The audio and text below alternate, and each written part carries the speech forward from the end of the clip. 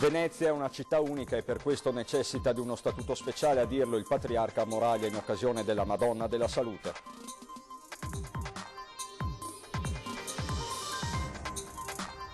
Acqua Alta, il sindaco Brugnaro sarà ricevuto dal capo dello Stato, poi il comitatone e intanto invita ufficialmente in città il presidente Donald Trump.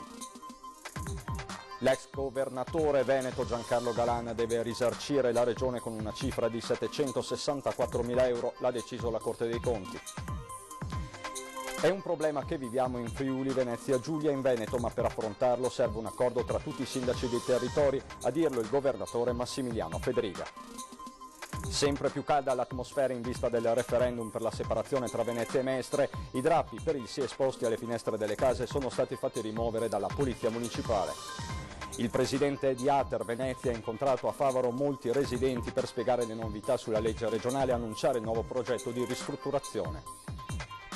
Anche il Calcio Padova dà il suo contributo per aiutare Pellestrina, duramente colpita dalla marea eccezionale di martedì 12 novembre.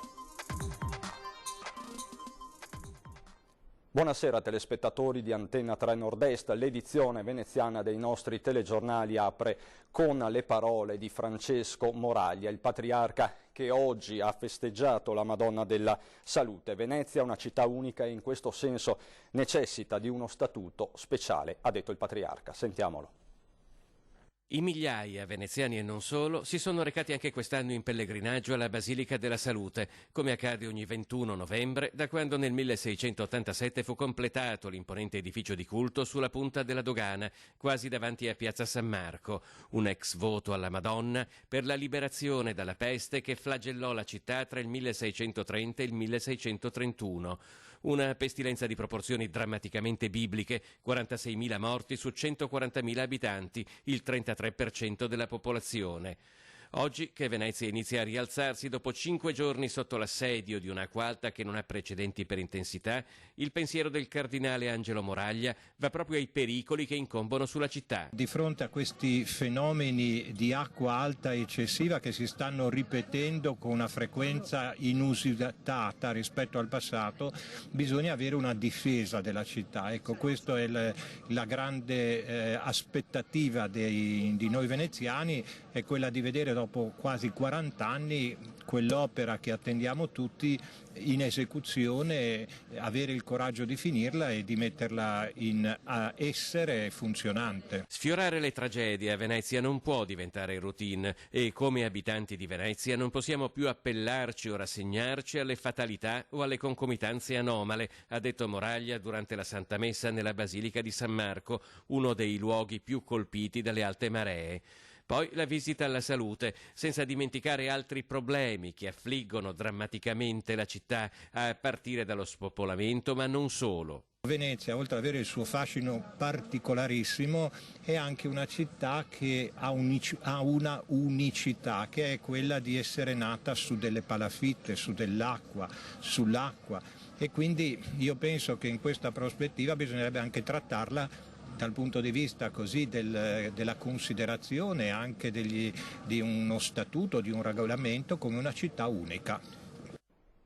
E sono tante le tradizioni che si ricordano nella giornata della Madonna della Salute, sia dal punto di vista storico che gastronomico. La festa della salute a Venezia non è solo una celebrazione religiosa, è una ricorrenza in cui si sposano tematiche storiche, culturali e identitarie della città, dove la tradizione convive col presente. Salvare i palazzi ha un senso, ma bisogna salvare i veneziani. Giorgio Suppiei è un avvocato veneziano che ama la sua città. Tra i pochi ad aver partecipato a tutte le Vogalonga, è impegnato in varie associazioni culturali e che hanno a che fare con lo studio e la conservazione delle imbarcazioni veneziane.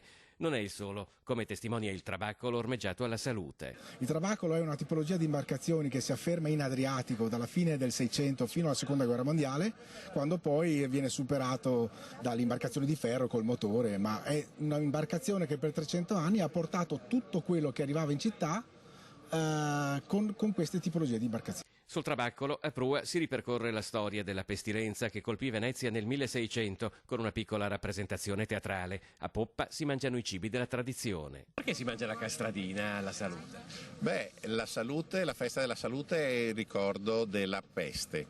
E il castrà, che è il montone affumicato, veniva dall'Istria perché era l'unico vivere, l'unico cibo che si riusciva a riportare a Venezia e che era appunto affumicato, per cui esente dai fumi e i miasmi della peste. La preparazione del piatto è particolarmente lunga ed elaborata. Si sciacqua la carne di montone, sono i cosciotti di montone, si tagliano a pezzi, si fanno bollire. La prima acqua della prima bollitura va buttata perché è ricchissima di grassi, di spezie, di affumicatura, quindi il primo gusto va buttato, altrimenti sarebbe troppo forte. Poi si continua a bollire e poi finché è tenera si sfilaccia addirittura con le mani. E bisogna avere tanta pazienza. Quanto tempo ci vuole? Un 5-6 ore. Solo per poterla cambiare, ricambiare, rimettere, fare e tagliare tutto. Quindi quella che state servendo adesso, quando avete iniziato a preparare? Abbiamo iniziato ieri e abbiamo finito ieri sera, dalla mattina alla sera. E il sindaco di Venezia, Brugnaro, martedì prossimo sarà ricevuto il Quirinale dal Capo dello Stato per aggiornarlo sulla situazione di Venezia dopo il maltempo dei giorni scorsi. Poi il Comitatone e il primo cittadino ha invitato ufficialmente a Venezia anche Donald Trump. Posso anticipare che il martedì a mezzogiorno sono al Quirinale del Presidente della Repubblica, quindi insomma direi che è quasi più importante intanto questo aggiornamento che darò al Presidente. Poi il Comitatone aspettiamo di vedere l'ordine del giorno. Lo ha annunciato così il sindaco di Venezia Luigi Brugnaro alla festa della Madonna della Salute, quest'anno del tutto particolare dopo la drammatica acqua alta dei giorni scorsi. Festa particolare che raccoglie tutta la città e le forze vive della città. Una predica che il Patriarca ha fatto che mi sento di sottoscrivere al 100%, una predica di grande coraggio. Venezia in questo momento sta dando il meglio di sé, la gente è unita, la gente è contenta, nel senso della ritrovata unità sociale, insieme a Mestre, insieme a Padova, a Treviso, il Veneto che si inginocchia solo quando prega. E in questa occasione il primo cittadino ha rivolto anche un invito eccellente, ricevendo pure un'adesione di massima. Ha invitato Trump a venire a Venezia, è vero? Sì, però non posso spiegare in che situazione, ma l'ho fatto, vedremo. La prossima settimana sarà anche quella del tanto atteso Comitatone, anche se una convocazione scritta ancora non c'è. C'è il Comitatone perché il Presidente del Consiglio dei Ministri mi ha detto che c'è il 26. Tutti mi dicono che c'è, ma non c'è ancora arrivato l'invito ufficiale scritto. Io mi sono già prenotato comunque all'aereo perché vado. La strategia dell'amministrazione è ben nota. Andiamo a spiegare, andiamo a presenziare, andiamo a cercare di risolvere i problemi che per più di un anno e mezzo qualcuno dall'elicottero ha tenuto fermo. Brugnaro però non perde occasione per ribadirla. Il rifinanziamento della legge speciale per Venezia in maniera effettivamente congrua rispetto ai costi di manutenzione della città, cosa che ho detto più volte, ho spiegato eccetera. Poi chiederò di chiudere rapidamente, finire il cantiere del Mose, cioè va finito, e cercherò anche di spiegare, perché tanti non hanno capito, che il Mose non sono solo i cassoni affondanti, ma è tutto il sistema di emarginamento del Lido, di Pellestrina, di Sant'Erasmo e delle varie isole. Da Venezia al litorale orientale, dove sorvegliato speciale è il tagliamento, come ribadisce anche il presidente del Friuli Venezia Giulia, Massimiliano Federica.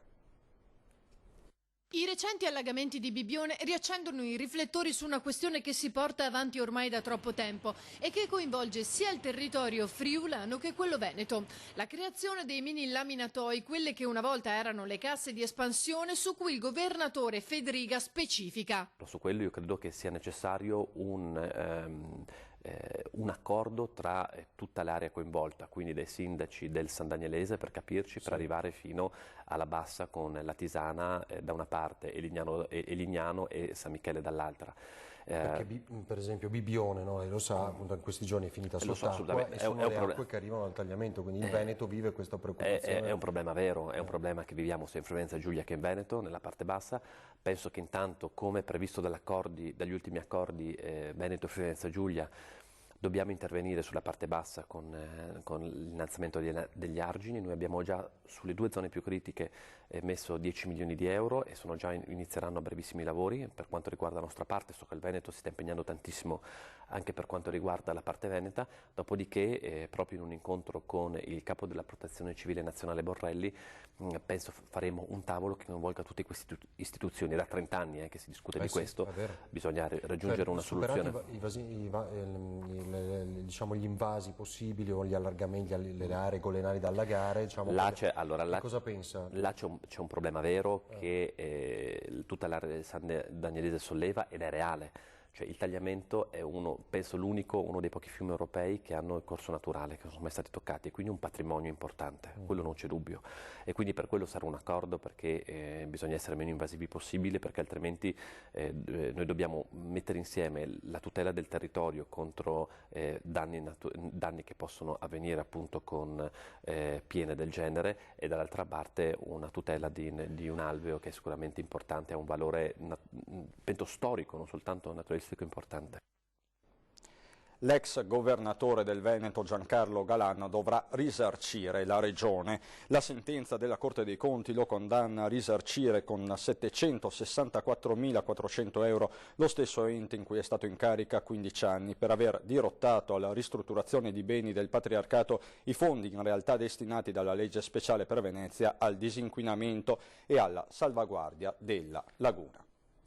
Ed è sempre più calda l'atmosfera in vista del referendum per la creazione dei comuni di Venezia e di Mestre. I drappi per il sì esposti dalle finestre delle case sono state fatte rimuovere dalla Polizia Municipale. Sono comparsi a decine. Molti veneziani li hanno appesi sulle finestre e sulle terrazze delle proprie case. Anche sul Canal Grande, che stamattina si è svegliato pieno di drappi rossi per il sì al referendum del 1° dicembre. Probabilmente qualcosa che non si era mai visto in città e che si è visto per poco. La Polizia Municipale, denunciano i comitati, li sta già facendo rimuovere. Più Mestre Più Venezia, una piattaforma a sostegno di comitati e cittadini, riferisce di essersi vista rifiutare una campagna pubblicitaria a favore del sì sui mezzi della VM, l'azienda della mobilità controllata dal Comune. A Venezia, comitati per il sì hanno comunque aperto punti di informazione in Calle Marcello, vicino a Campo Santa Marina, e vicino al Ponte delle Guglie, a Mestre in Piazza Ferretto. Dobbiamo liberarci da questo gioco che abbiamo. Noi residenti veneziani non contiamo nulla, quindi noi dobbiamo riappropriarci della nostra città, noi della nostra, i mestrini della loro. Quindi è un momento storico fondamentale. L'unico modo per dare veramente una svolta a quella che è Venezia intesa come intesa adesso. Perciò praticamente un Luna Park per turisti. Non è pensabile che il sindaco di Vicenza si occupi anche di Verona, che tra parentesi sono 2 città di terra. In questa situazione è ancora più evidente che un sindaco di Venezia non può occuparsi anche della terraferma. Mestre deve diventare una città autonoma, non dipendente da Venezia, anche perché tutto il tema della redditività, delle tasse, non è vero che Venezia sostiene Mestre, forse è il contrario. Tanti dicono dividere, no, si ripristina come erano prima di questo matrimonio combinato che ha creato solo disastri e sedie. Anzi, posso dire anche una cosa tranquillamente, mi sa che gli unici che si oppongono davvero con tutte le forze sono quelli che le sedie le perdono. Se perderemo questo referendum non ci sarà più possibilità per salvare la venezianità, una civiltà millenaria scomparirà. Il presidente di Ater Venezia ha incontrato a Favaro molti residenti per spiegare le novità sulla nuova legge regionale, per annunciare il nuovo progetto di restauro. Adesso ci sono tutta una serie di correttivi alla legge che vanno nella direzione richiesta dagli inquilini, per cui siamo venuti a portare buone notizie oggi, nel senso che verrà portato il limite a 35.000 euro di ISEE per la permanenza, l'IVA verrà ricondotta all'interno del canone e quindi ci sarà sostanzialmente una riduzione di un 10% anche su tutti i canoni che in questi mesi sono stati corrisposti. Ci saranno anche tutta una serie di tutele e protezioni per i disabili e anche per gli anziani, che sono categorie deboli che vogliamo tutelare e vogliamo insomma che possano vivere serenamente i prossimi anni.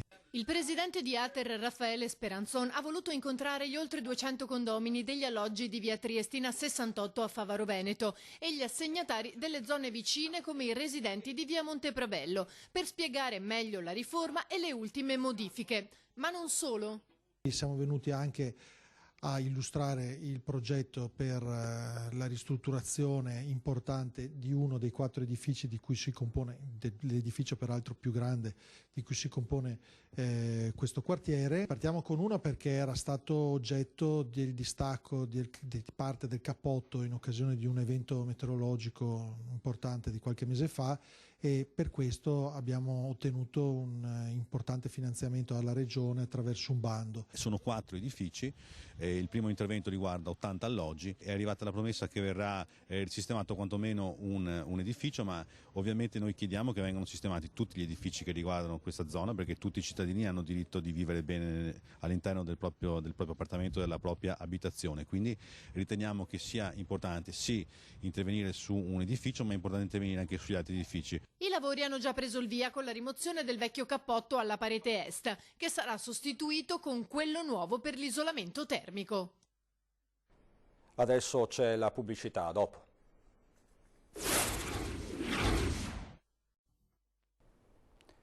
Di nuovo in studio con il presidente di Confindustria Veneto, Enrico Carraro, che si è messo a disposizione di Venezia. Non ci tiriamo indietro.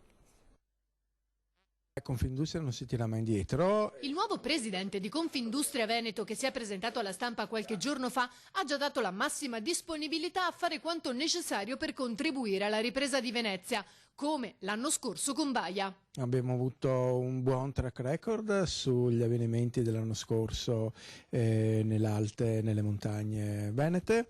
Vedremo anche in questo caso che cosa fare.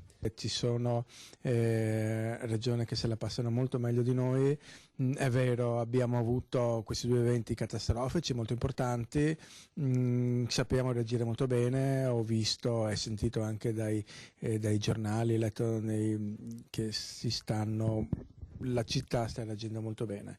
Carraro, subentarato a Matteo Zoppas, dà ragione a chi ha perso fiducia nella politica e oggi la città si ritrova con un'opera costata miliardi ma che non entra in funzione. Fanno bene perché sono stati un po' presi in giro negli anni, speriamo che almeno nella disgrazia questo evento serva a muovere le cose.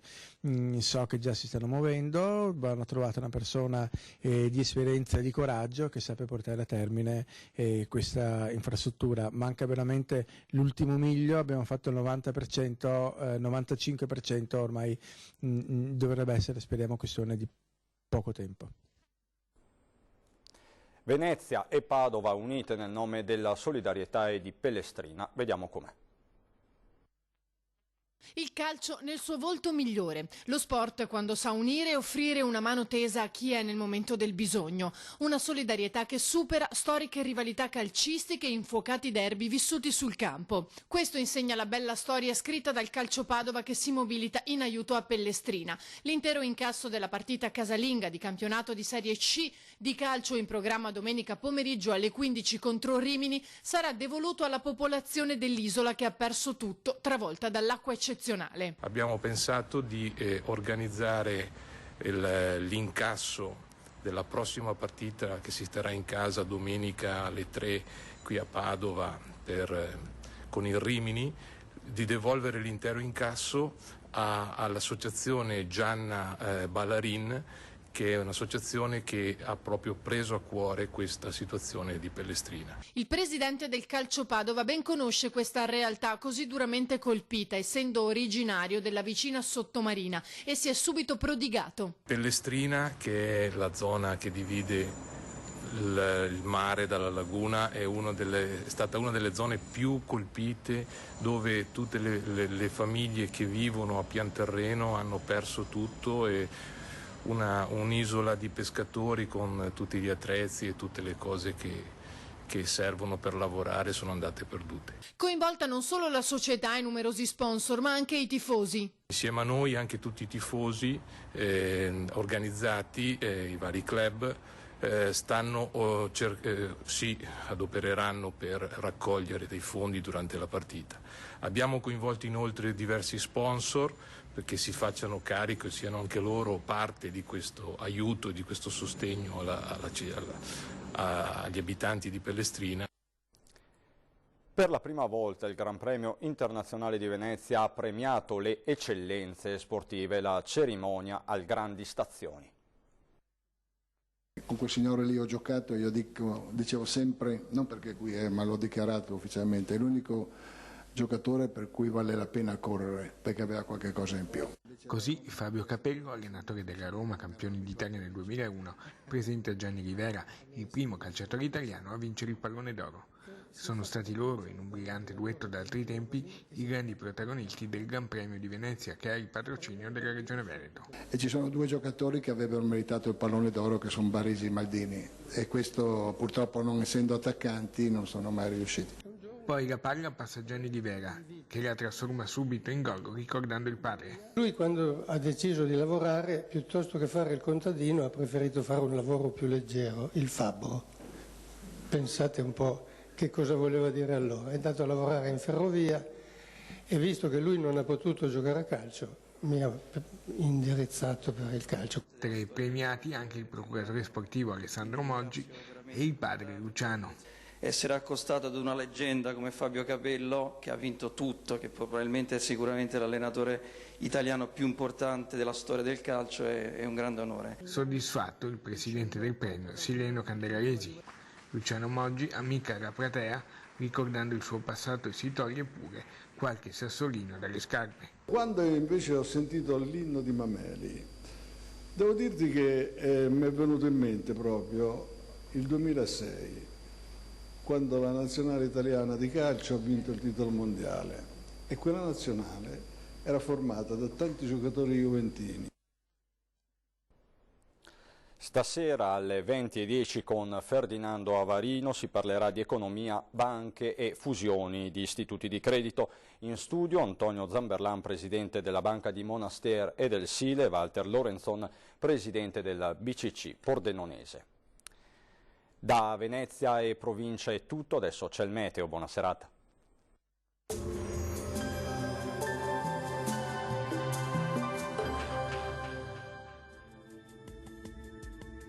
Bentrovati al meteo.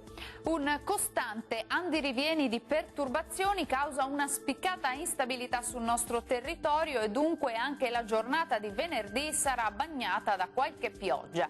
La situazione nel dettaglio. Sul Veneto molte nubi ovunque, con precipitazioni piuttosto diffuse, specialmente al mattino. Qualche pausa asciutta al pomeriggio, ma in serata nuovi rovesci, localmente anche intensi. Temperature minime tra 6 e 11 gradi, valori massimi compresi invece tra 11 e 14 gradi. Condizioni di maltempo anche sul Friuli Venezia Giulia, con temporali anche forti un po' dappertutto, generalmente un po' per tutto l'arco della giornata. Temperature minime tra 8 e 11 gradi, massime oscillanti invece tra gli 11 e i 14 gradi circa. Uno sguardo infine al Trentino Alto Adige, dove non cambia la situazione, il tempo sarà instabile anche qui con piogge diffuse. Temperature minime sui 5 gradi, massime tra 9 e 10 gradi. Dal meteo per ora è tutto, grazie per l'attenzione e arrivederci.